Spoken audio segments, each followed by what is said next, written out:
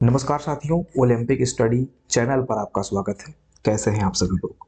दोस्तों, लेखपाल की परीक्षा के लिए हम लोग विज्ञान विषय पढ़ रहे हैं और विज्ञान विषय में हमें पढ़ना है ऊर्जा विज्ञान के बारे में। काफी इंपॉर्टेंट टॉपिक है और ये यूनिक टॉपिक है। समझते हैं ऊर्जा विज्ञान कहते किसे हैं और ऊर्जा विज्ञान को जानने से पहले एक शब्द आप यहाँ पे देख रहे हैं जो कि है ऊर्जा। समझते हैं कि ये ऊर्जा क्या होता है।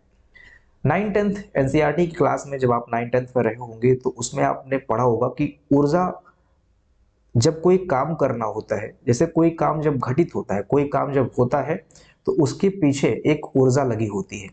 यानी कि सरल शब्दों में हम कहें तो काम करने की क्षमता को हम लोग ऊर्जा कहते हैं। काम करने की क्षमता को ही हम ऊर्जा कहते हैं। जैसे अगर ऊर्जा नहीं है तो आपका पंखा नहीं चलेगा, आपका बल्ब नहीं जलेगा, मोबाइल चार्ज नहीं होगा, यहाँ तक कि जो आपका शरीर है ये भी काम नहीं करेगा। आप जो भोजन करते हैं ये भी आपको ऊर्जा देता है। यानी कि किसी भी काम को करने से पहले, किसी काम को करने के पीछे जो पावर होती है, शक्ति होती है, वही ऊर्जा होती है। ठीक है, तो ऊर्जा विज्ञान में हमें क्या पढ़ना है, पहले फटाफट हम इसको देख लेते हैं। ऊर्जा विज्ञान में हमें ये पढ़ना है कि ऊर्जा उत्पन्न कैसे होती है। जैसे जो ऊर्जा है ये कहीं से तो आती होगी, तो ये कहाँ से आती है, ये उत्पन्न कहाँ से होती है। तो ऊर्जा उत्पन्न दो जगह से हो सकती है। ऊर्जा जो है ये दो जगह से उत्पन्न हो सकती है। एक जगह ऐसी होती है जहां से उत्पन्न होते होते होते होते उसका जो स्रोत है वो खत्म हो जाएगा। ऐसे स्रोत को हम बोलते हैं अनवीकरणीय ऊर्जा। जैसे आप लोग कोयला का उपयोग करते हैं, कोयला से बिजली बनती है, कोयला से भट्ठी जलती है। तो कोयला जब आप खोदेंगे तो खोदते खोदते एक समय ऐसा आएगा कि पूरे पृथ्वी से कोयला ही खत्म हो जाएगा। पेट्रोल आप यूज करते हो गाड़ी में, जो कि जीवाश्म ईंधन होता है। आप पृथ्वी के अंदर से जीवाश्म ईंधन निकालते हैं, पेट्रोलियम निकालते हैं, उसको संश्लेषित करते हैं, फिर आपका पेट्रोल बनता है।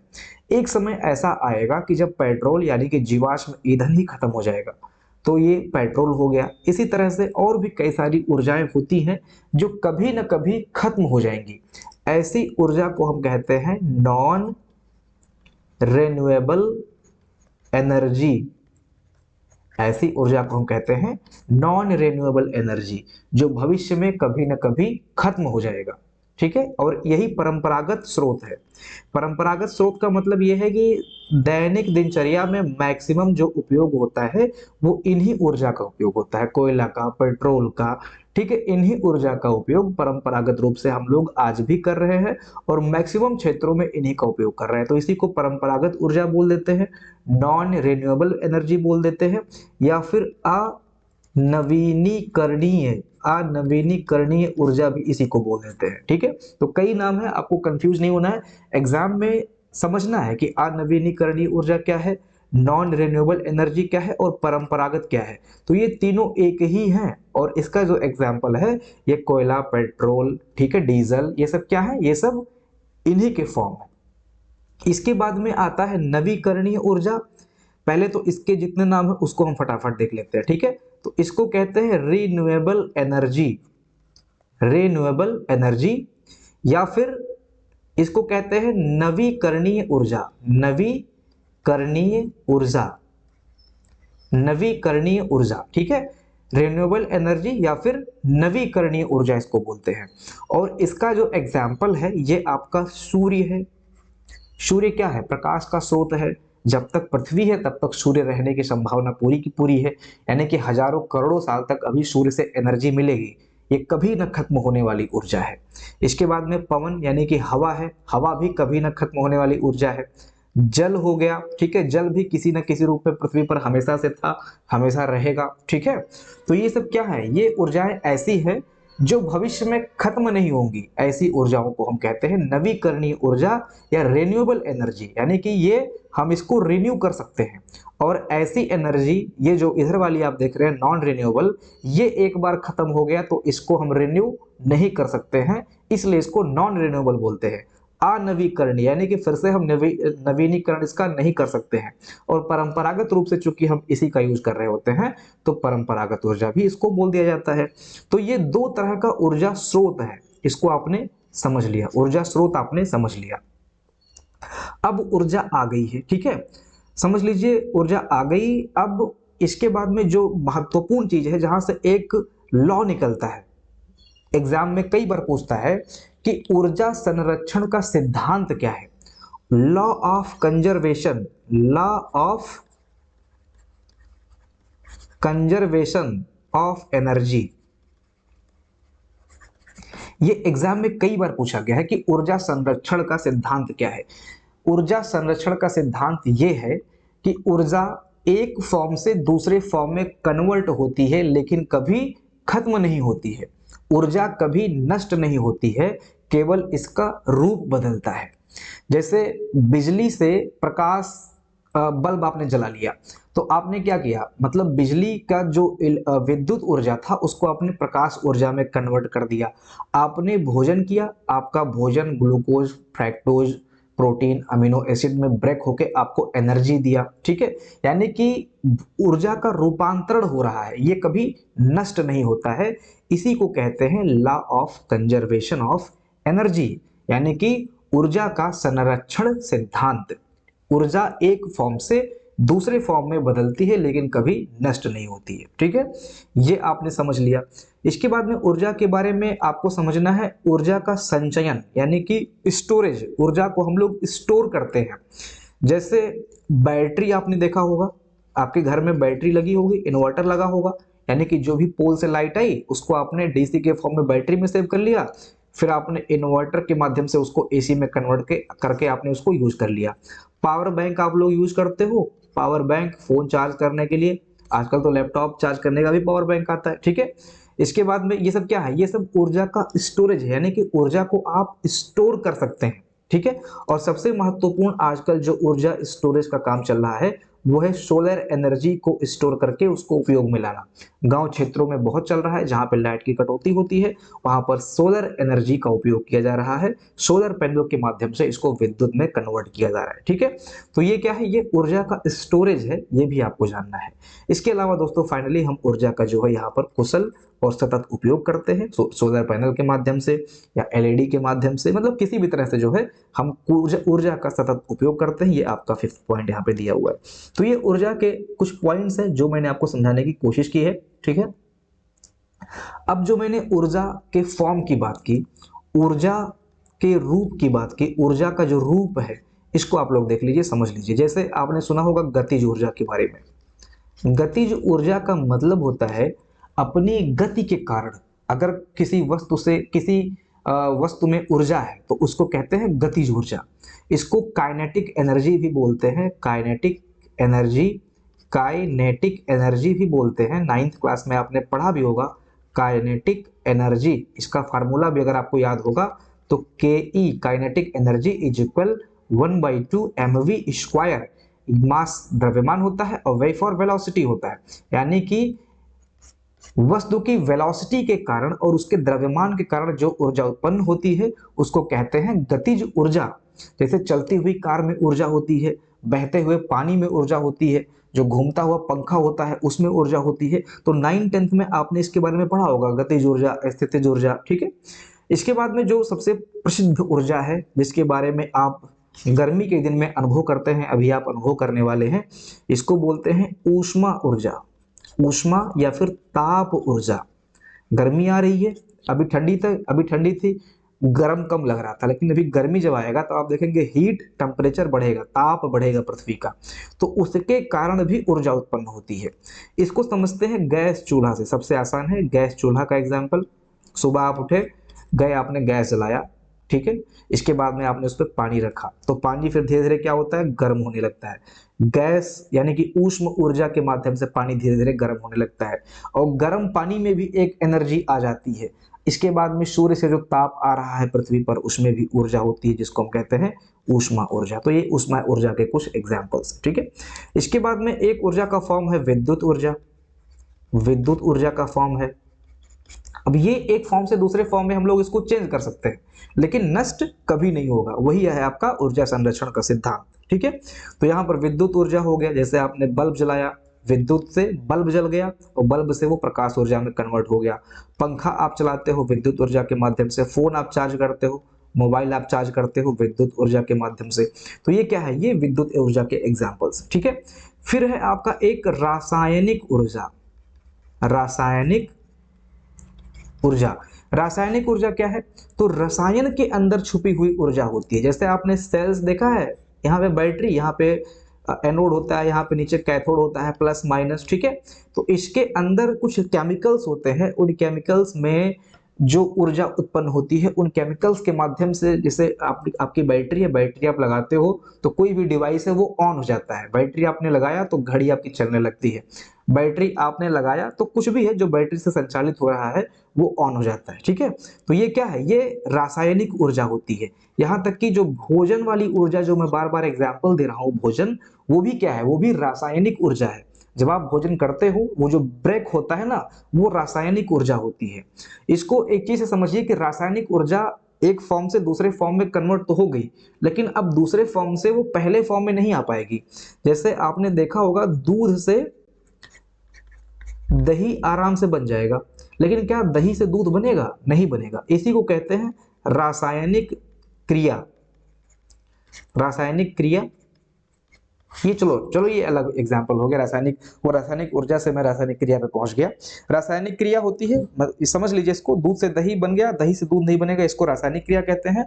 और भौतिक क्रिया ऐसी क्रिया को कहते हैं जिसमें कन्वर्जन हो जाता है। जैसे आपने पानी से, पानी को जमा के बर्फ बना लिया और बर्फ को पिघाल के फिर से आपने पानी बना लिया, इसको कहते हैं भौतिक क्रिया। ठीक है, तो वो अलग टॉपिक, अलग कॉन्सेप्ट है वो। फिलहाल आपने रासायनिक ऊर्जा समझ लिया, प्लस माइनस, और इसमें जो केमिकल्स होते हैं, जो रसायन छुपे होते हैं, उसके माध्यम से जो ऊर्जा उत्पन्न होता है उसको हम लोग रासायनिक ऊर्जा कह देते हैं। एक ऊर्जा और है, फिफ्थ ऊर्जा के बारे में भी आप लोग जानिए भाई, ये है नाभिकीय ऊर्जा। नाभिकीय ऊर्जा, ये क्या होता है, तो परमाणु के केंद्र, यानी कि परमाणु का जो एटम जो होता है, सॉरी एटम ऐसे होता है, एटम के अंदर नाभिक होता है और इस नाभिक में ऊर्जा होती है और हाई डेंसिटी की ऊर्जा होती है। यहां से जो ऊर्जा प्राप्त होती है वो बहुत ही हाई डेंसिटी की ऊर्जा प्राप्त होती है। ठीक है, जो परमाणु विखंडन होता है, परमाणु संलयन होता है, उसमें इन्हीं टाइप के ऊर्जाओं को नियंत्रित रूप में जो है बनाया जाता है, उसके माध्यम से जो है वो परमाणु बम वगैरह बना लिया जाता है। और अगर जो है अच्छे अच्छे उपयोग की बात करें तो यहाँ से इसको बिजली के रूप में कन्वर्ट कर लिया जाता है। ठीक है, बिजली, परमाणु बिजली घर होता है तो वहां पर जो विखंडन और संलयन होता है उसको बिजली के रूप में कन्वर्ट कर लिया जाता है। ठीक है, भारत में nuclear power corporation of India है, यही वो ये काम करता है। भारत में नाभिकीय ऊर्जा संयंत्रों का जो संचालन करता है वो NPCIL, nuclear power corporation of India है। वो परमाणु ऊर्जा यानी नाभिकीय ऊर्जा का नाभिकीय ऊर्जा के जो संयंत्र बनते हैं, संयंत्र होते हैं, उसका संचालन ये करता है संस्था। ठीक है, तो इस ऊर्जा के बारे में आपने देख लिया। चलिए अब हम आते हैं रेन्यूएबल और नॉन रेन्यूएबल एनर्जी के बारे में। इसको आप, ये भारत में ऊर्जा नीति, इसको भी ये नेक्स्ट है, इसको आप हटा लीजिए। ठीक है, पहले हम समझते हैं कि नवीकरणीय ऊर्जा। नवीकरणीय ऊर्जा, इसके बारे में तो ऑलरेडी हमने डिस्कस कर लिया है। ठीक है, नवीकरणीय ऊर्जा फिलहाल देख लेते हैं फटाफट फिर से एक बार। नवीकरणीय ऊर्जा में आपका सौर ऊर्जा है, सौर ऊर्जा, इसको नवीकरणीय ऊर्जा के अंतर्गत रखा गया है। इसका जो तकनीक है, ये सौर ऊर्जा हमें कहां से प्राप्त होता है, तो प्रकाश जो सूर्य से आता है उसको हम सोलर पैनल के माध्यम से, सोलर पैनल, इसको हम कहते हैं फोटोवोल्टिक सेल्स, फोटोवोल्टिक सेल्स या सोलर पैनल्स के माध्यम से सूर्य की जो एनर्जी आती है, उस एनर्जी को, उस प्रकाश को हम सीधे बिजली में बदल लेते हैं, सीधे बिजली में बदल लेते हैं। ठीक है, यानी कि सूर्य की किरणें जो आती हैं वो सोलर सेल के माध्यम से डीसी बिजली में पहले हम उसको स्टोर कर लेते हैं, डीसी बिजली में उसको स्टोर करते हैं, फिर हम लगाते हैं इन्वर्टर और इन्वर्टर से उसको करते हैं इन्वर्ट, यानी कि डीसी से एसी में करके जो हम बिजली का उपयोग कर लेते हैं घरों में। ठीक है, तो ये होता है आपका सौर ऊर्जा। इसकी जो सबसे खास बात दोस्तों ये है, ये आपका, इसमें जो सबसे खास बात ये है कि ये प्रदूषण रहित होता है, प्रदूषण रहित होता है। और इसके बाद में जब आपके घर में सोलर पैनल लग जाता है तो आपके यहाँ बिजली बिल का झंझट खत्म हो जाता है, यानी कि आपको बिजली का बिल नहीं देना होता है। सीधे आपको एक बार इन्वेस्टमेंट करना है, 1-2 लाख रुपए लगा के बढ़िया एक बार इन्वेस्टमेंट कर दीजिए, और 20 से 25 साल, अब तो कुछ गारंटी लेती है 30 से 35 साल तक भी आप जो है बिजली का बिल से मुक्त हो जाएंगे। ठीक है, तो बहुत अच्छा इन्वेस्टमेंट ये आजकल है, और गाँव में ये सफल है। जहां पर लाइट कटती है वहां पर ये सफल है, और छोटे मोटे जो उद्योग होते हैं, जैसे आपने देखा होगा धान कूटने की मशीन या जो भी छोटी मोटी मशीनरी होती है, जैसे बढ़ई वगैरह जो होते हैं, वो भी सोलर पैनल लगवा लेते हैं ताकि बार बार उनको बिजली का बिल ना देना पड़े। एक सेकंड।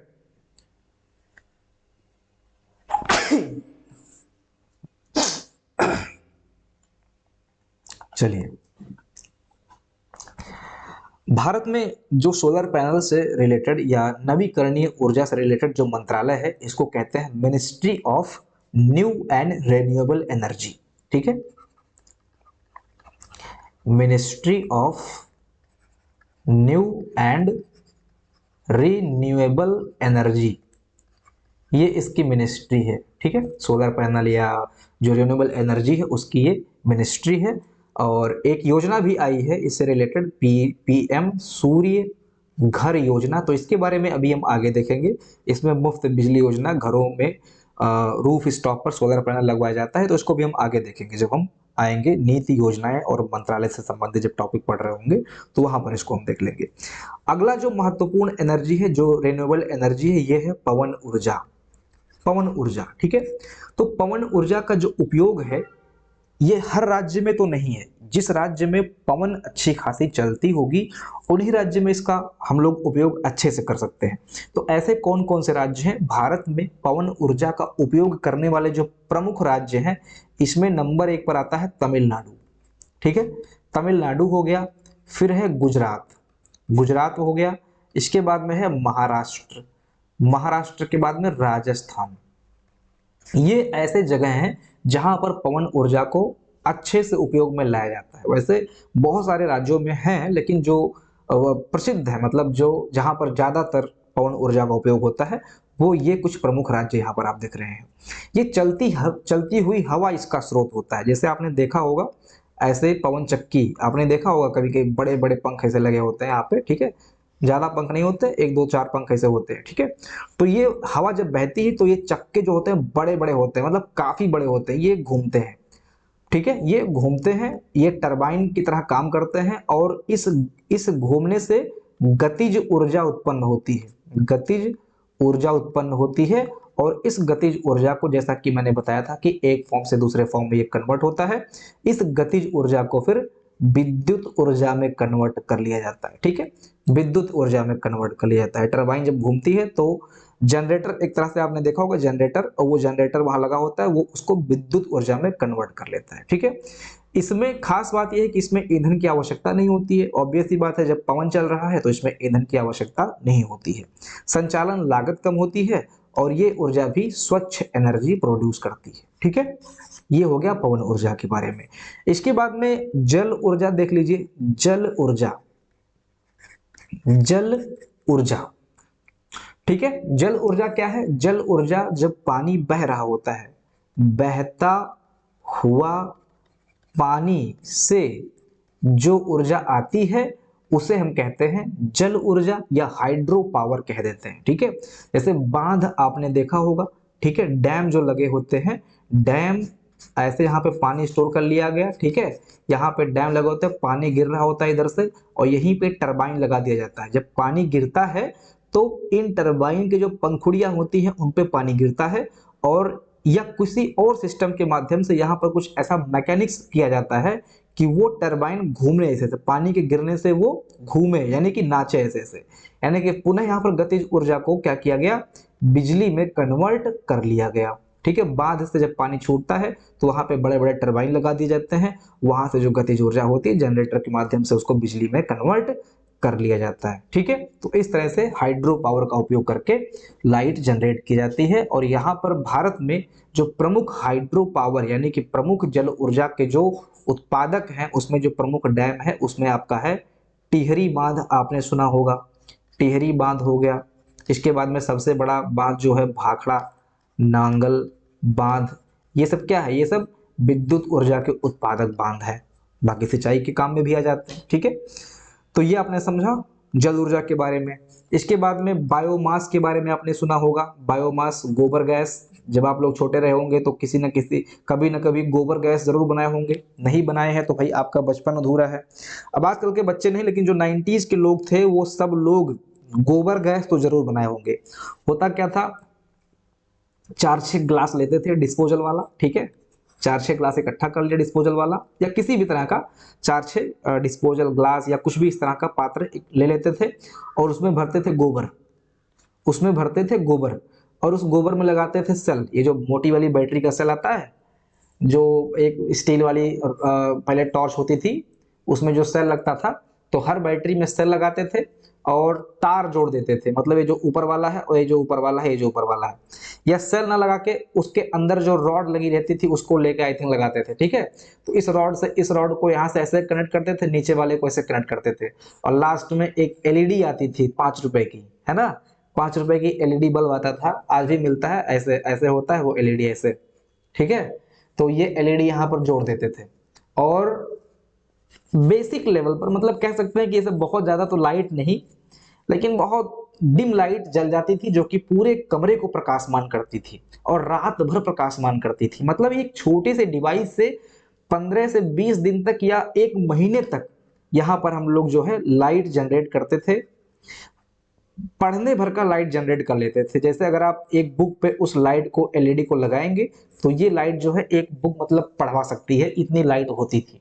बाकी कमरे में जो 0 वाट का बल्ब होता है, वो आपने देखा होगा 0 वाट का बल्ब, उससे ज्यादा लाइट कभी कभी यहाँ से निकल जाती थी। स्टार्टिंग में लाइट ज्यादा थी, फिर धीरे धीरे बाद में कम हो जाया करता था।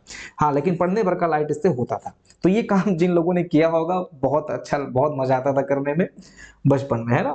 तो यही बायोमास है, यही बायोगैस है, और इसी को जब हम बड़े स्तर पर करते हैं तो उसी को कहते हैं, वहां से जो ऊर्जा जनरेट होती है उसको हम कह देते हैं बायोगैस। ठीक है, बायोगैस। और इसमें जो मेथेन गैस होता है ये मुख्य रूप से उपयोग में आता है, खाना बनाने में, बिजली उत्पादन में, कचरा प्रबंधन में सहायक होता है ये बायोगैस या बायोमास।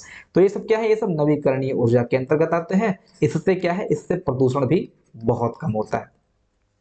फिर एक ऊर्जा का कॉन्सेप्ट आ रहा है आजकल जिसको कहते हैं ग्रीन हाइड्रोजन। ग्रीन हाइड्रोजन ये क्या है? ग्रीन हाइड्रोजन क्या है?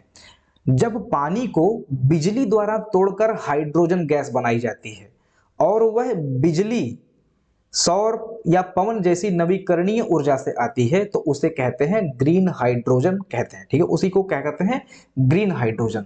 जब पानी को बिजली द्वारा तोड़कर हाइड्रोजन गैस बनाया जाता है और वह बिजली, जैसे पानी है समझ लीजिए ये, ठीक है, ये पानी है, इसको बिजली के द्वारा तोड़कर हाइड्रोजन गैस बनाना, इसको बिजली से तोड़कर, यहाँ पे H2O होता है, इसको पानी से तोड़कर हाइड्रोजन गैस बनाना और बिजली के माध्यम से इसको तोड़ते हैं। और ये जो बिजली है, ये बिजली पवन या सोलर एनर्जी से प्राप्त की गई हो, पवन या सौर एनर्जी से प्राप्त की गई हो, ना कि कोयले से, ठीक है, प्राप्त की गई हो, या नाभिकीय ऊर्जा टाइप से।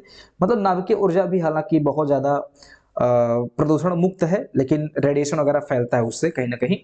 ये बिजली जो है पवन और सौर ऊर्जा के माध्यम से जनरेट करके, इस बिजली से अगर हम पानी को तोड़ते हैं तो हाइड्रोजन मिलता है, इसी को कहते हैं ग्रीन हाइड्रोजन। यानी कि इस हाइड्रोजन को उत्पन्न करने में कोई प्रदूषण, कोई कार्बन डाइऑक्साइड मुक्त नहीं हुआ, कोई प्रदूषक हवा में नहीं छूटा, इसी को कहते हैं ग्रीन हाइड्रोजन। ठीक है, अब इसमें क्या है, ये सबसे महत्वपूर्ण इसलिए हो जाता है, अभी तो हम इसका बहुत बृहद रूप में उपयोग नहीं कर रहे हैं, इसको हम कहते हैं भविष्य का ईंधन।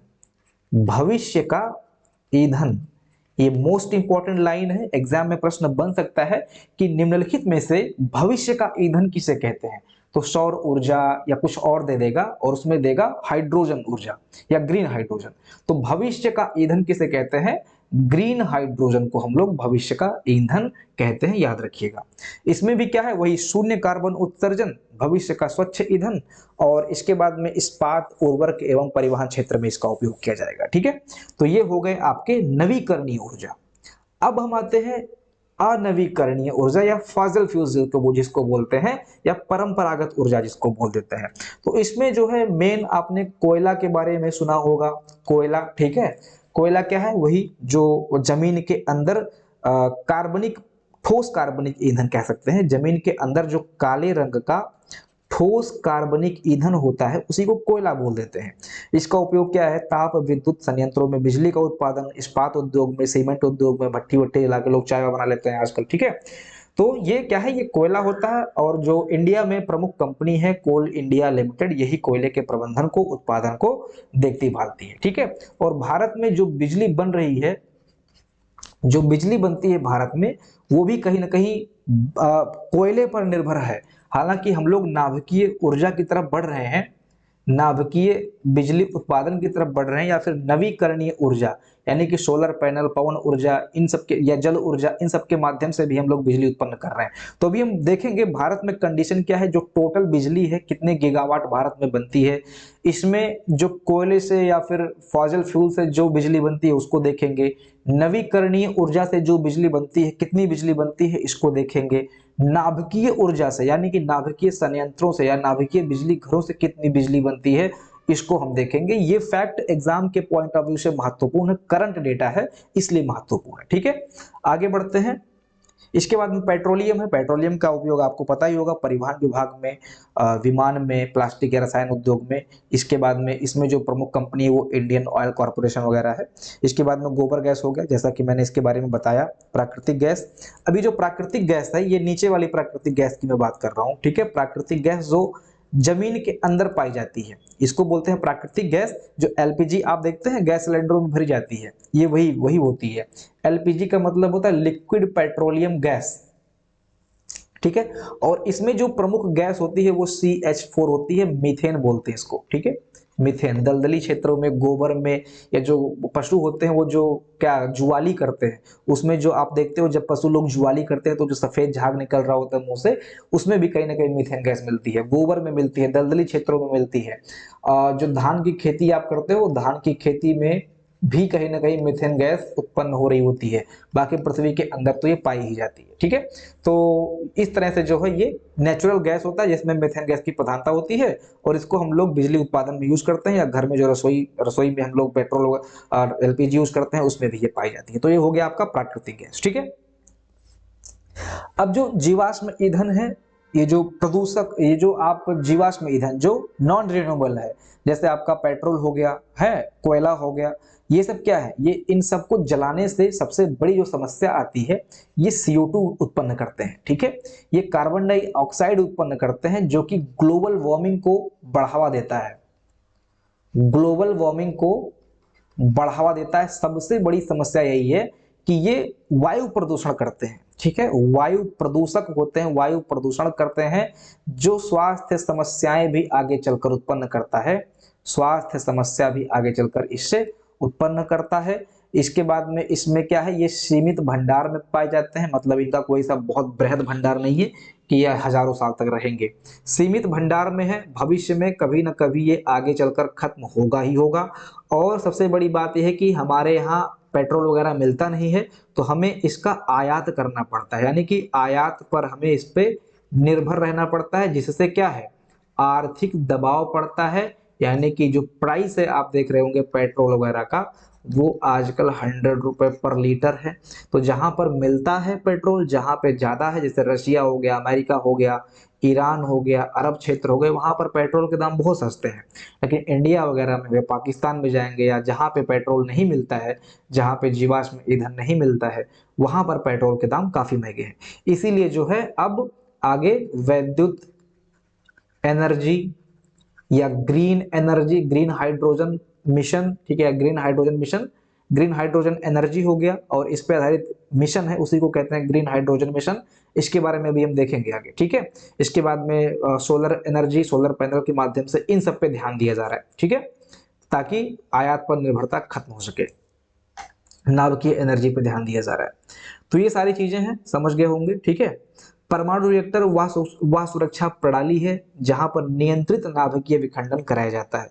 जो नाभिकीय विद्युत ऊर्जा का उत्पादन है, नाभिकीय विद्युत ऊर्जा का जो उत्पादन है, ये कहाँ पर होता है? ये परमाणु रिएक्टर्स में होता है, परमाणु रिएक्टर्स में होता है। और ये परमाणु रिएक्टर्स क्या होते हैं? परमाणु रिएक्टर्स वह सुरक्षा प्रणाली है जहां नियंत्रित नाभिकीय विखंडन कराया जाता है, मतलब कंट्रोल करके नाभिकीय विखंडन कराया जाता है ताकि वो कंट्रोल में रहे और विखंडन बढ़ने ना पाए। पता चला कंट्रोल नहीं कर पाए, विखंडन बढ़ गया तो पूरा परमाणु विस्फोट हो गया, पूरा धुआं धुआं हो गया। तो वो चीज नहीं करना है। इसके लिए नियंत्रित वातावरण में, नियंत्रित जगह पे जो है परमाणु विस्फोट कराया जाता है, और ये नियंत्रित ढंग से कराया जाता है, ठीक है। वहां से बिजली उत्पन्न की जाती है, इसको कहते हैं परमाणु रिएक्टर से उत्पन्न हुई बिजली। भारत इस पे काम कर रहा है, कोशिश ये हो रही है कि मैक्सिमम जो एनर्जी है। अब इसमें जो ईंधन लगता है, इसमें भी ईंधन लगता है। जैसे नॉर्मल जो एनर्जी बनती है उसमें कोयला आप लोग ईंधन के रूप में प्रयोग करते हैं, तो परमाणु रिएक्टर्स में जो ईंधन होता है उसमें क्या होता है? यूरेनियम, यूरेनियम की मात्रा होती है।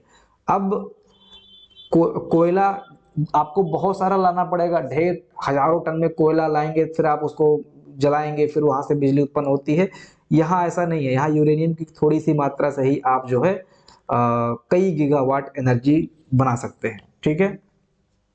तो ये एनपीसीआईएल जो है ये इसका नियंत्रण करता है, और ये सीधे पीएमओ यानी कि प्रधानमंत्री के अंडर में होता है। ये ऊर्जा विभाग जो है, या नाभिकीय ऊर्जा विभाग जो है, ये सीधे प्रधानमंत्री के अंडर में होता है, प्रधानमंत्री इसके अध्यक्ष होते हैं, ठीक है।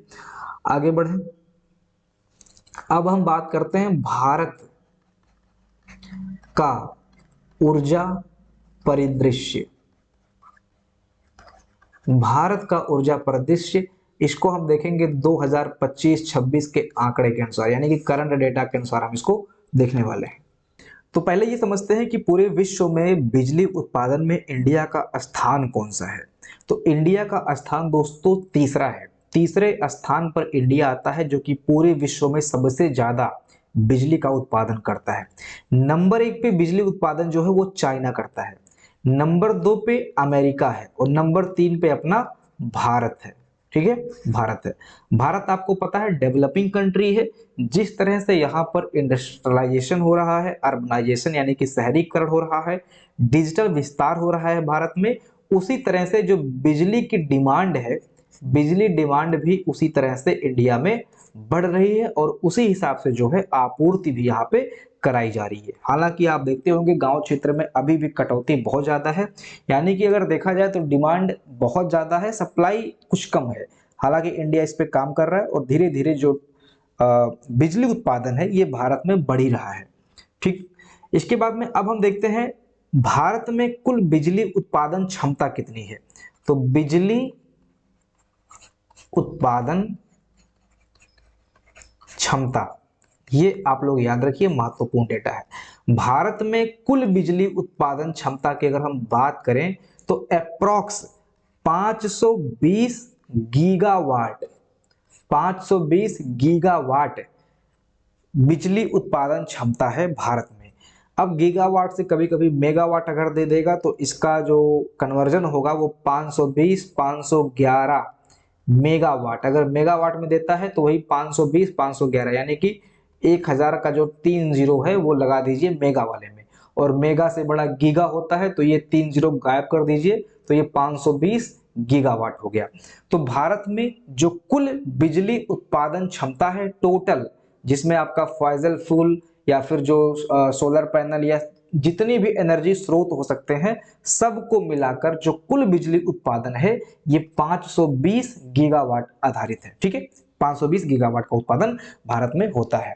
अब इसमें से भी कुछ देख लीजिए, इसमें जो जीवाश्म ईंधन पे आधारित उत्पादन है, जीवाश्म ईंधन द्वारा उत्पादन, जीवाश्म ईंधन द्वारा जो उत्पादन है ये कितना है? ये 48% है। 48% जीवाश्म ईंधन के द्वारा उत्पादन है, और गैर जीवाश्म उत्पादन जो है ये 52% है। पहले जीवाश्म ईंधन द्वारा जो उत्पादन था बिजली का ये ज्यादा हुआ करता था। पहली बार ऐसा हुआ है विगत वर्षों में जो गैर जीवाश्म उत्पादन है, जिसमें आपके जो सोलर ऊर्जा है, पवन ऊर्जा है, जल विद्युत है, बायो ऊर्जा है, नाभिकीय ऊर्जा है, ये आता है। मींस कहें तो प्रदूषण फ्री बिजली का उत्पादन पहली बार ऐसा हुआ है भारत में कि इसका जो शेयरिंग है टोटल बिजली उत्पादन में ये ज्यादा हो गया है जीवाश्म ईंधन के कंपैरिजन में। जीवाश्म अब अगर हम 50-50 करें तो 2% कम हुआ है और वही 2% 52 हो गया है ये गैर जीवाश्म वाला।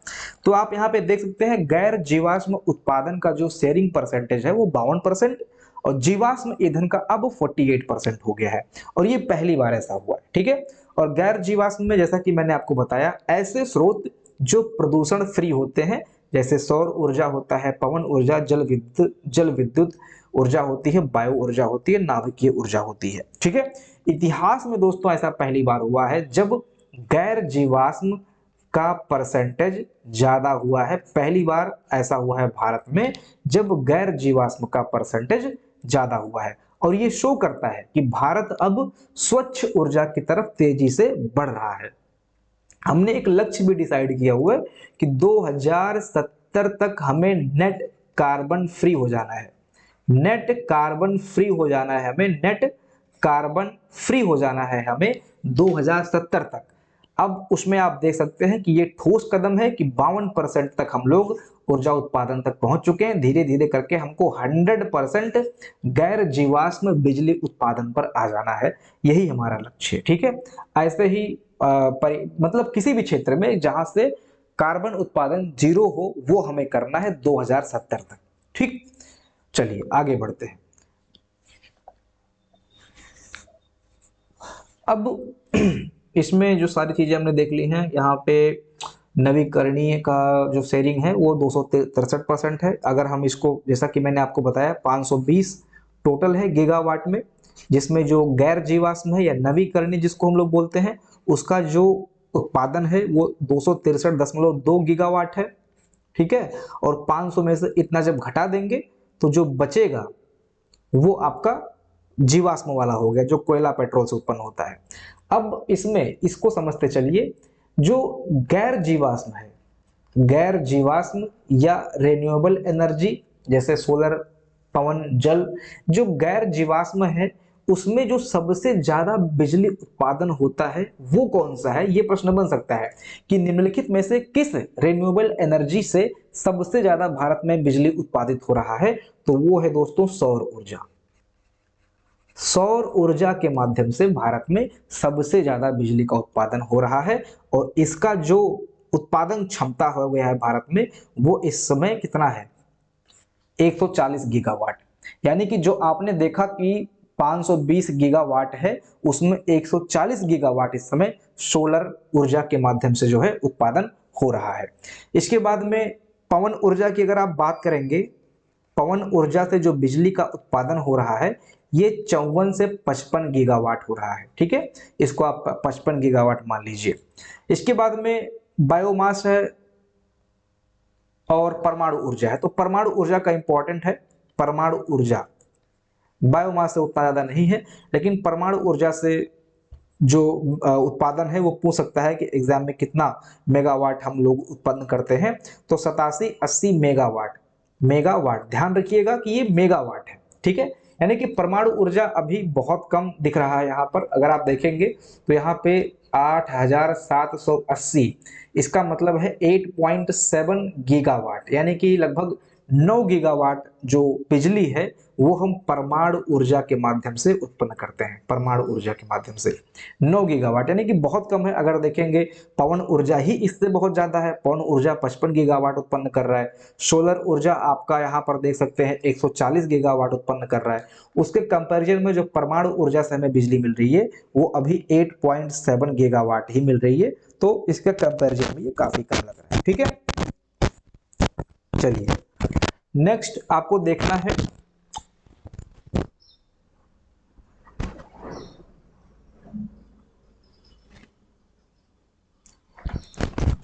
COP26 पंचामृत लक्ष्य। COP26 पंचामृत लक्ष्य ये क्या है?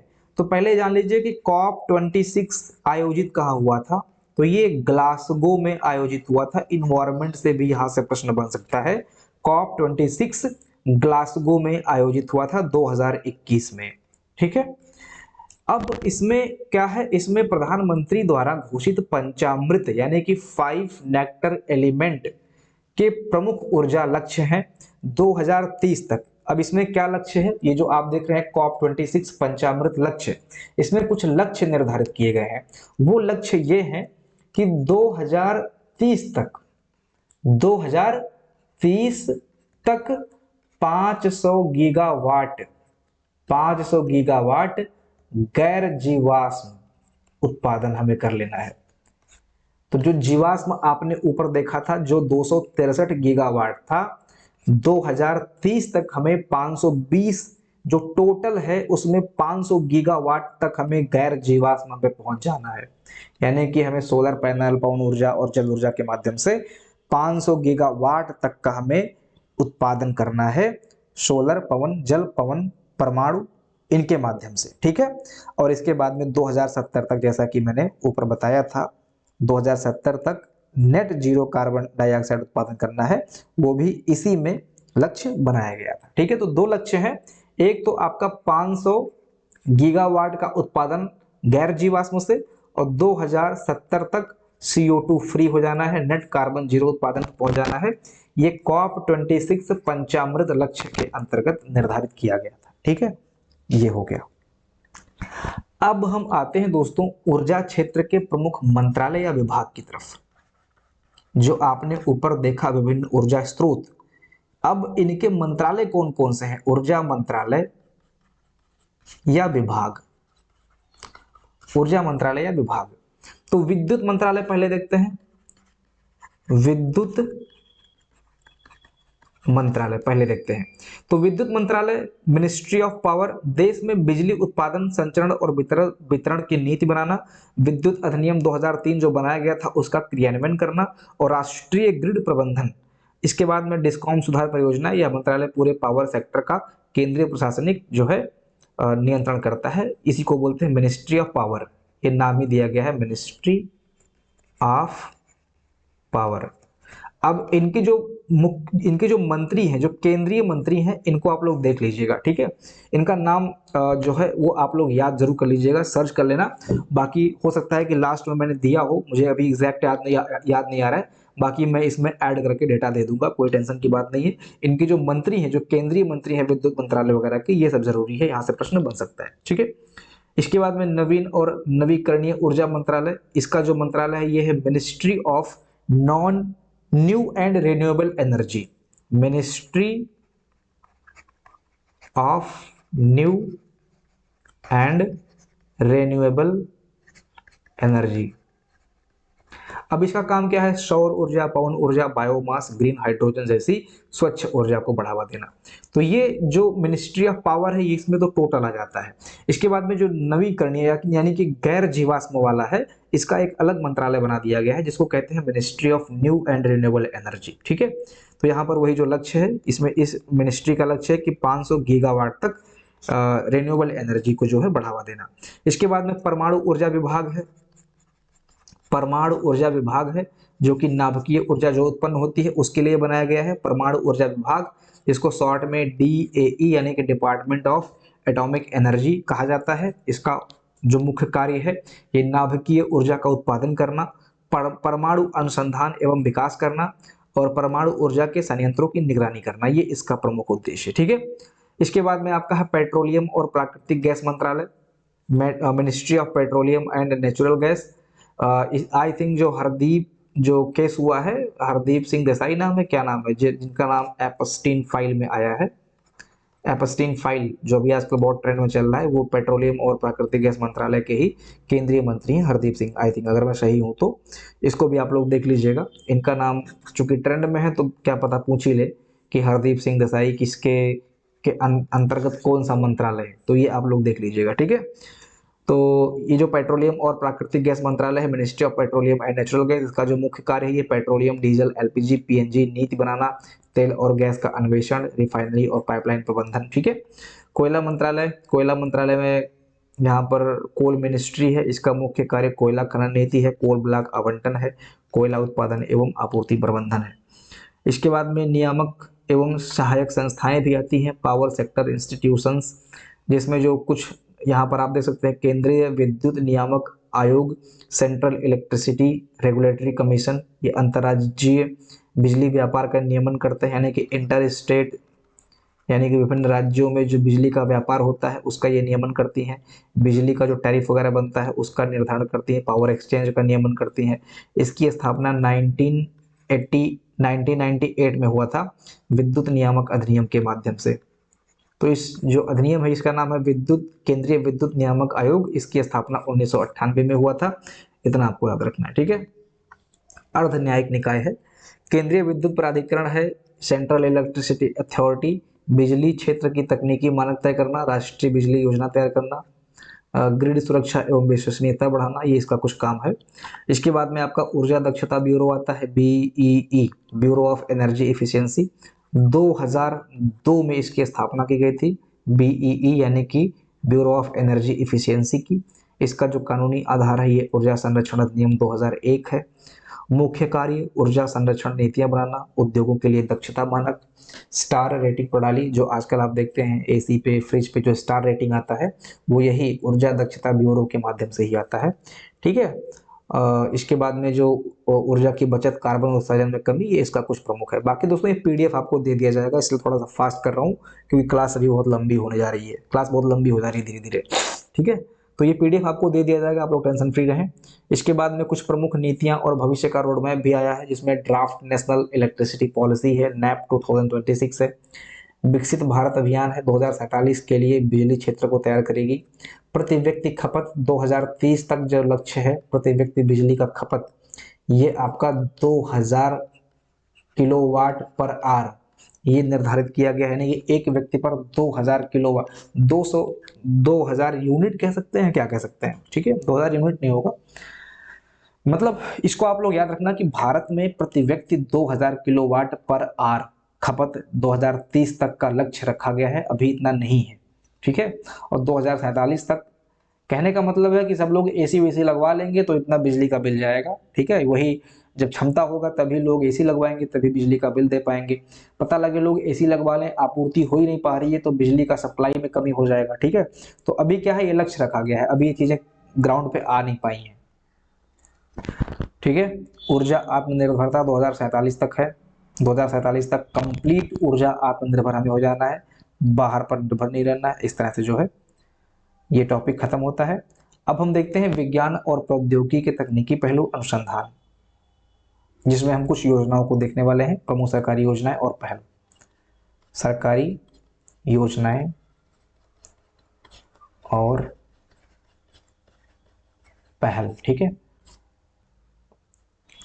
इसमें सोलर से संबंधित जो प्रमुख योजना है उसमें PM सूर्य घर मुफ्त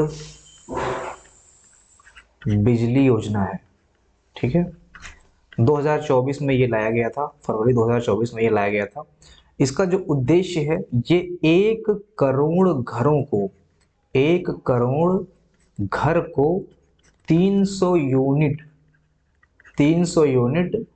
मुफ्त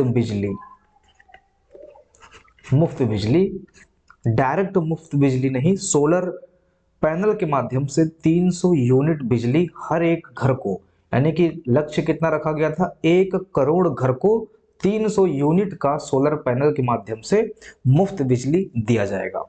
इसमें आप देख सकते हैं सब्सिडी वगैरह आप देख लीजिए, सब्सिडी भी पूछ सकता है। 1 से 3 किलोवाट सिस्टम के लिए 30,000 से 78,000 तक की सब्सिडी इसमें दी गई थी। तो ये महत्वपूर्ण योजना है और इसमें नेट मीटरिंग की भी सुविधा थी, मतलब मीटरिंग कितना बिजली खपत हो रहा है। अतिरिक्त बिजली जो होगी वो आप जो बिजली विभाग की कंपनियां होती है उनको बेच भी सकते हो, वहां से आपको कुछ इनकम भी हो जाएगा। तो ये योजना काफी महत्वपूर्ण योजना है और कई बार एग्जाम्स में पूछा भी गया है। PM सूर्य घर बिजली योजना, लक्ष्य कितना रखा गया है, 300 यूनिट का सोलर पैनल जो है लगवाया जाएगा, ताकि 300 यूनिट की बिजली जो है हर एक घर को सप्लाई हो पाए, कितने घरों को, 1 करोड़ घरों को जो है टारगेट किया गया, और 1 से 3 किलोवाट तक का सिस्टम इसमें आपको प्रोवाइड कराया जाएगा, जिसमें 30,000 से लेकर 78,000 तक की सब्सिडी दी जाएगी। इसके बाद में जो महत्वपूर्ण योजना है ये है पीएम कुसुम योजना।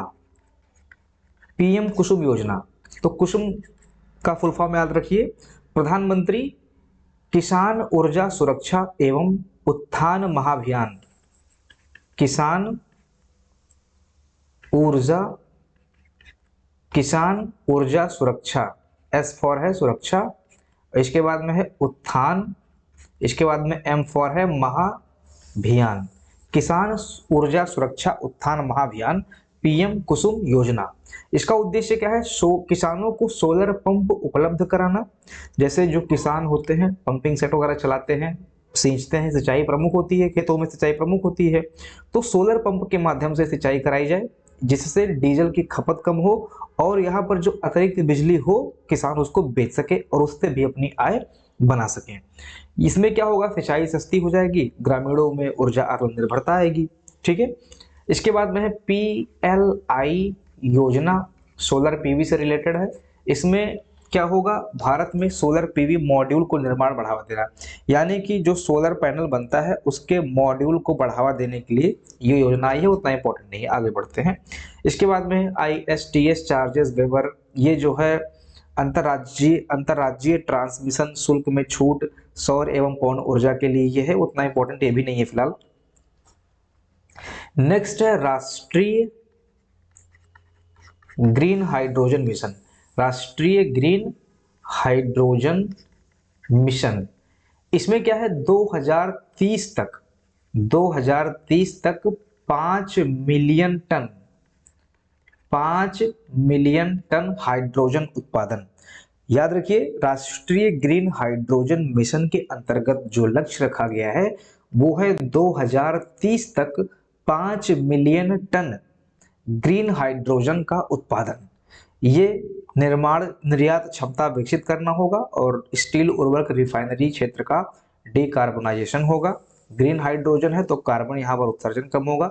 जैसा कि मैंने बताया कि H2O को ब्रेक करके हाइड्रोजन बनाया जाता है, और यहाँ पर जो H2O को ब्रेक करने के लिए जो एनर्जी जरूरत होती है वो सोलर या फिर विंड एनर्जी से वो एनर्जी ली जाती है, ना कि कोयला या किसी जीवाश्म ईंधन के माध्यम से वो एनर्जी ब्रेक की जाए, H2O को ब्रेक किया जाए। ठीक है। इलेक्ट्रोलाइसिस बोलते हैं आई थिंक इसको, जो ब्रेक करने का प्रोसेस होता है, और इसमें सोलर या विंड एनर्जी का उपयोग किया जाता है।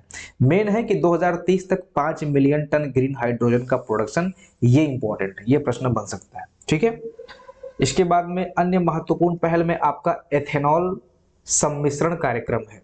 एथेनॉल सम्मिश्रण कार्यक्रम में क्या है? आप सभी को पता होगा कि पेट्रोल में 20% इस समय एथेनॉल मिलाकर लाया जा रहा है। ये योजना आया था, इसको E20 बोलते हैं। मींस पेट्रोलियम प्रोडक्ट में पेट्रोल में 20% एथेनॉल मिला दिया जाता है। एक सेकेंड,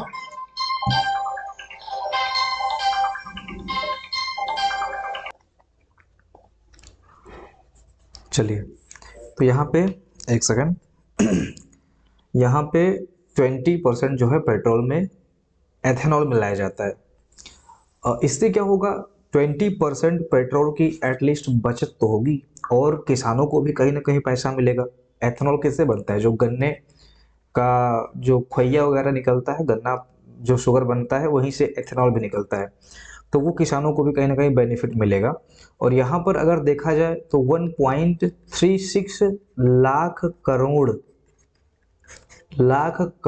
रुपए की बचत होगी। ठीक है, 1.36 लाख करोड़ रुपए की बचत होगी। ये जो 20% आप देख रहे हो, ये 1.36 लाख करोड़ रुपए के बराबर है।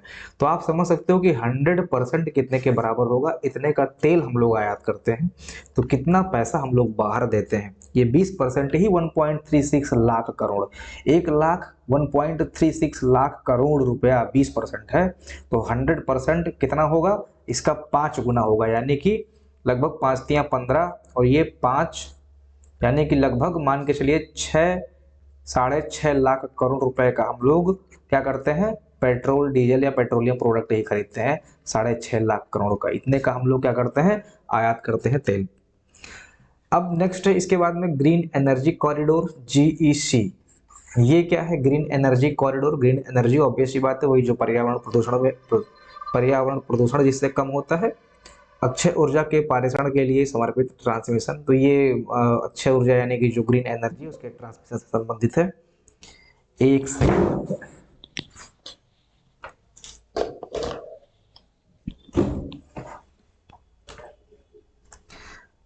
आज कहीं ना कहीं क्लास में अवरोध उत्पन्न हो रहा है।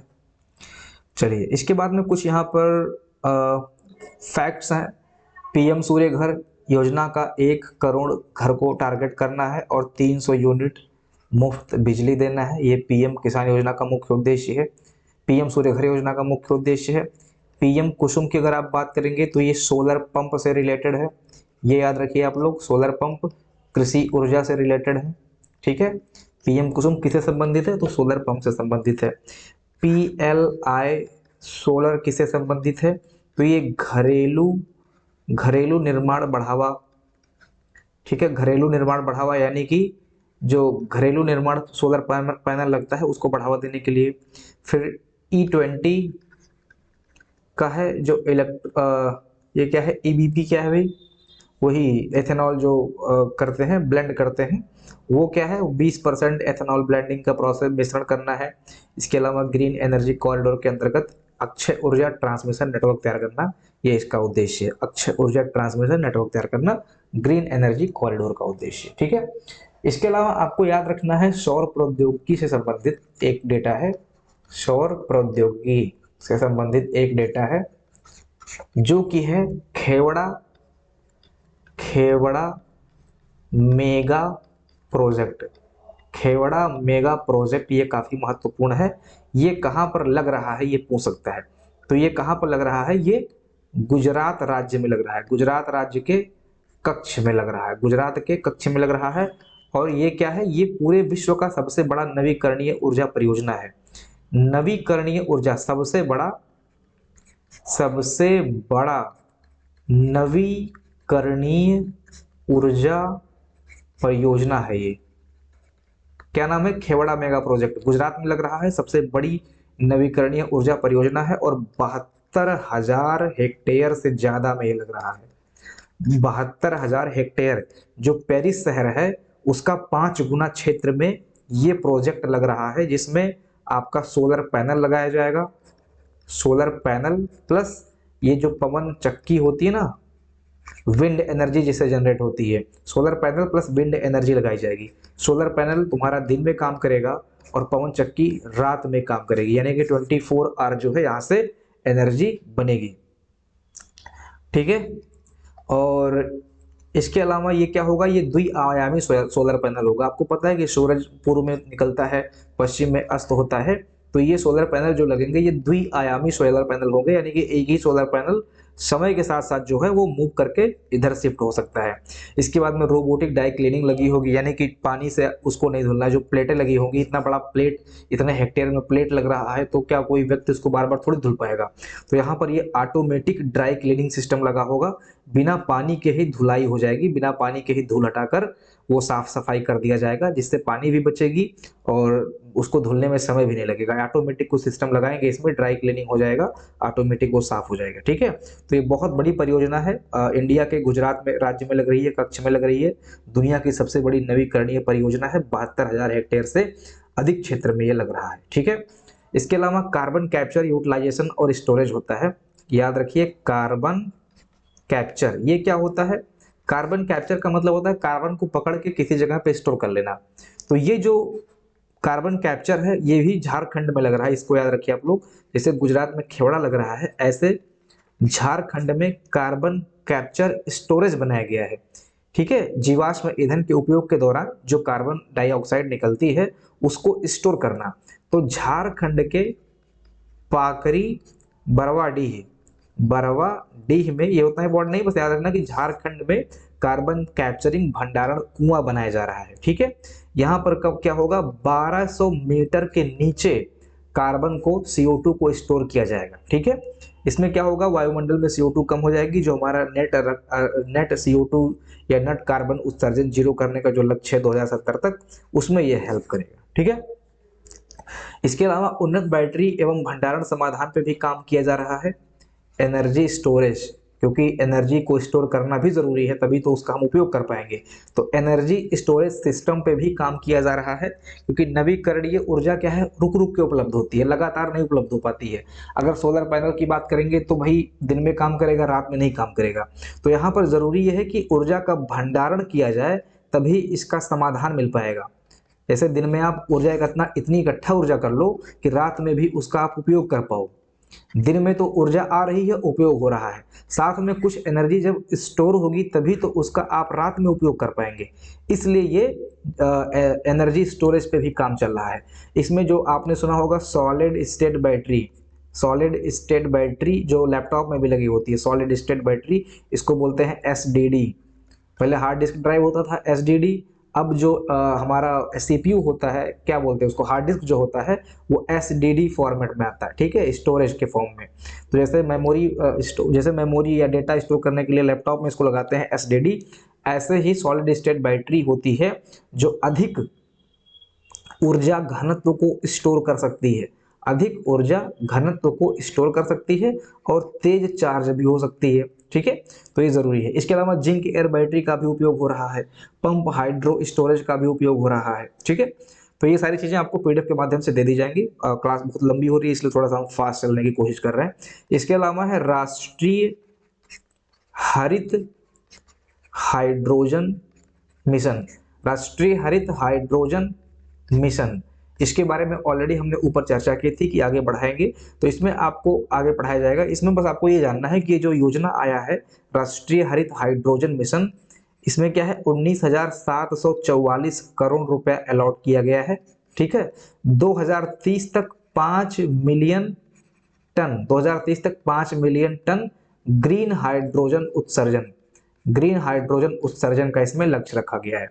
तो क्या लक्ष्य रखा गया है राष्ट्रीय हरित हाइड्रोजन मिशन का, 19,744 करोड़ रुपया इन्वेस्ट किया जाएगा इस मिशन में, और 2030 तक 5 मिलियन टन हाइड्रोजन उत्पन्न किया जाएगा, जिससे बिजली बनाई जाएगी, ठीक है।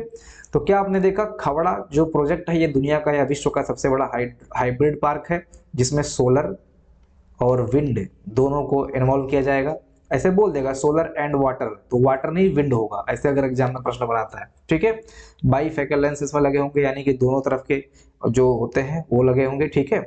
और जो झारखंड में कुआं बना है उसमें CO2 स्टोरेज किया जाएगा 1200 मीटर के नीचे, ठीक है। ये सारी चीजें आपको याद रखनी है। और जो इन्वेस्टमेंट है ग्रीन हाइड्रोजन मिशन में वो 19,744 करोड़ रुपए का इसमें इन्वेस्ट किया जाएगा, और 2030 तक 5 मिलियन टन हाइड्रोजन का उत्पादन करने का इसमें लक्ष्य रखा गया है, ठीक है। अब थोड़ी सी हम बात कर लेते हैं परमाणु ऊर्जा के बारे में। परमाणु ऊर्जा में क्या है, उत्पादन का कंडीशन क्या चल रहा है, कितना उत्पादन कर ले रहे हैं। तो बहुत ज्यादा वैसे इसमें उत्पादन तो है नहीं, आपने देखा ही होगा लगभग इसमें जो उत्पादन है ये 1.7% का उत्पादन है। 1.7% का कुल स्थापित क्षमता है अभी तक, ठीक है। मतलब जो टोटल 520 का भी उत्पादन हो रहा है उसमें मात्र 1.7% का उत्पादन है, जो कि कितना होगा 700 मेगावाट, 700 मेगावाट का जो है उत्पादन हो रहा है इसमें, ठीक है। और 2047 तक इसको 100 जीबी यानी कि गीगावाट तक का इसका लक्ष्य रखा गया है। तो लक्ष्य तो बहुत बड़ा है, देखिए आगे क्या उपलब्धि होती है, ठीक है। तो ये सारी चीजें हैं, इन सबका जो नोट्स है इसमें फ्लीट मोड परियोजना है और भी कुछ योजनाएं वगैरह हैं, ये सब इसमें शामिल करके आपको नोट्स में दे दिया जाएगा, ठीक है। तो कंप्लीट नोट्स का जो है, कंप्लीट नोट्स पाने के लिए भाई आप सब लोग एप्लीकेशन से जुड़ जाइए, नीचे एप्लीकेशन का लिंक मैंने कमेंट बॉक्स में पिन कर रखा है। बाकी मिलते हैं नेक्स्ट सेशन में, अपना ध्यान रखिएगा, जय हिंद।